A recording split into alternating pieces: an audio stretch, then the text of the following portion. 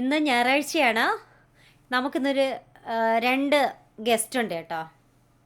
രണ്ട് പേര്. അതാരാണെന്നറിയോ? എൻ്റെ മോൻ്റെ കോളേജിൽ പഠിക്കുന്നവരാണ്.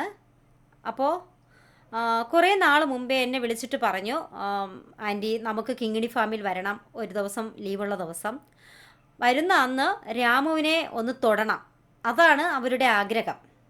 അപ്പം ഞാൻ പറഞ്ഞു ഓക്കെ വന്നോളൂ, എന്ന് വേണം വന്നോളൂ, രാമുവിനെ തൊടാം, അവനെ കളിപ്പിക്കാം എന്ന് ഞാൻ പറഞ്ഞിട്ടുണ്ട്. അപ്പോൾ അവരിന്ന് വന്നിട്ടുണ്ട്. നമുക്ക് നമ്മുടെ രാമുവിനെ ഒന്ന് പുറത്ത് അഴിച്ചു കെട്ടാം.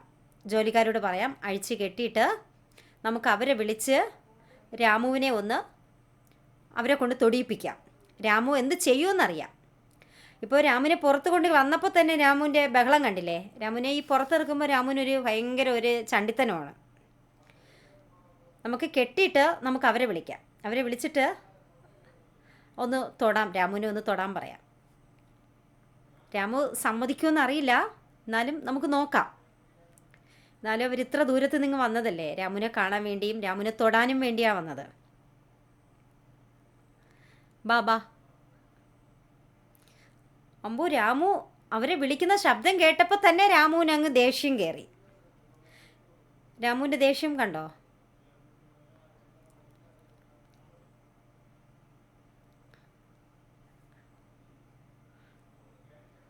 അപ്പോൾ അവർ വന്നു.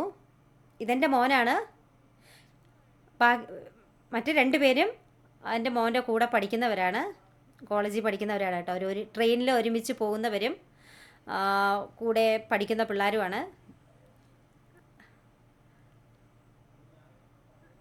അവർ ട്രിവാൻഡ്രത്തുള്ളതാണ്. നമുക്ക് അവരെ ഒന്ന് രാമുവിനെ ഒന്ന് തൊടിയിപ്പിക്കാം. ഒന്ന് പേടിയാണ് കേട്ടോ, അവർക്ക് പേടിയാണ്. എന്നാലും നമുക്ക് നോക്കാം, ഒന്ന് തൊട്ട് നോക്കാം രാമുവിനെ. രാമു സമ്മതിക്കുന്നില്ല. പുറകെ ഭാഗം തൊട്ടപ്പോൾ തന്നെ രാമു പേടിച്ചോടുക.